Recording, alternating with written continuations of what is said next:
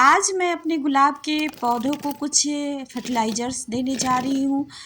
गर्मी के मौसम तो बहुत ही ज़्यादा हुई और बहुत ही तेज़ धूप की वजह से देखिए फ्लावरिंग तो पौधे में होती रही गर्मी में भी, सिर्फ़ उसका साइज़ छोटा हो गया है। और यहाँ पे देखिए छोटा सा ही देसी प्लांट है रोज़ का, और इसमें बहुत ही अच्छी मात्रा में फ्लावरिंग भी हो रखी है। तो आप भी चाहते हैं कि आगे की बरसात जब आए और पौधा हेल्दी रहे, उसमें बहुत ही अच्छी मात्रा में फ्लावरिंग मिलता रहे, तो आप इस तरह के काम अपने पौधे के साथ ज़रूर कर लें। तो यहाँ पे देखिए यह मेरा हाइब्रिड रोज़ का प्लांट है, और इसमें भी देखिए देसी और हाइब्रिड दोनों ही पौधे में बहुत ही अच्छी मात्रा में पूरे घर में फ्लावरिंग होते रही। छोटा सा ही पौधा है, और यहाँ पे देखिए जब हम इस तरह के फूलों को कलियां जब देखते हैं तो उस पूरी तरह से खा जाते हैं कीड़े, तो हमें पता भी नहीं चलता है और हम सोचते हैं कि कलियां क्यों नहीं खिल रही है। तो देखिए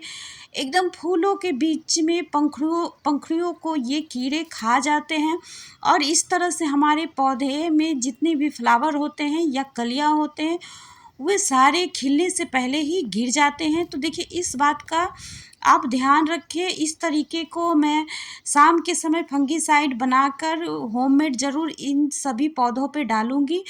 तो इस तरह के देखिए हाइब्रिड और देसी रोज़ बहुत ही अच्छी तरह से पूरे गर्मी फ्लावरिंग होते रही। तो मैंने इनमें कौन-सा ऐसा खाद डाला जिसकी वजह से गर्मियों में भी मेरे पौधे में फ्लावरिंग होते रही।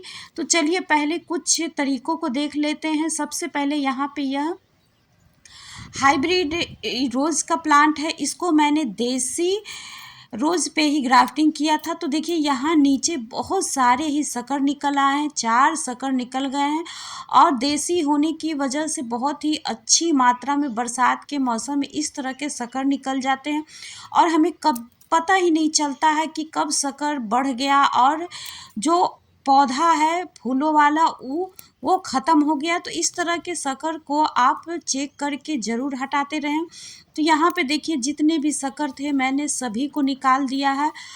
और अब चलिए सब दूसरा काम बरसात आने से पहले इन गमलों की करनी है कि सबसे पहले यहाँ पे देखिए कलियाँ तो अच्छी मात्रा में बने हुए हैं, छोटा सा ही प्लांट है। इस पौधे के बारे में कुछ बात भी मैं बता देती हूँ कि यह हाइब्रिड रोज़ का प्लांट है, लेकिन लेकिन अगर आप इस तरह के प्लांट आपने अपने टेरेस में रखा हुआ है तो आप इसको कटिंग से बहुत ही आसानी से लगा सकते हैं। यह मेरा कटिंग का लगा हुआ प्लांट है, ग्राफ्टेड नहीं है।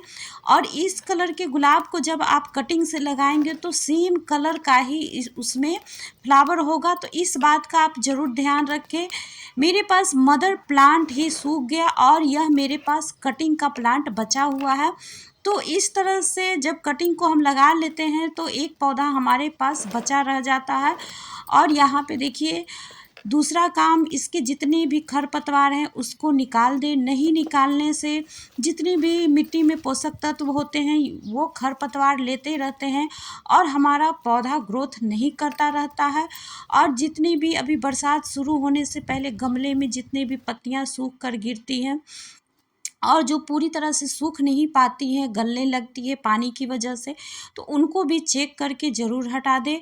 और देखिए यहाँ पे मिट्टी की तो हम हमेशा सारे ही पौधे की जितने भी गमले की मिट्टी होती है उसकी तो गुड़ाई करते ही हैं, ताकि जब हम लगातार पानी डालते रहते हैं पौधे में तो ऊपर की मिट्टी धीरे धीरे करके सख्त हो जाती है।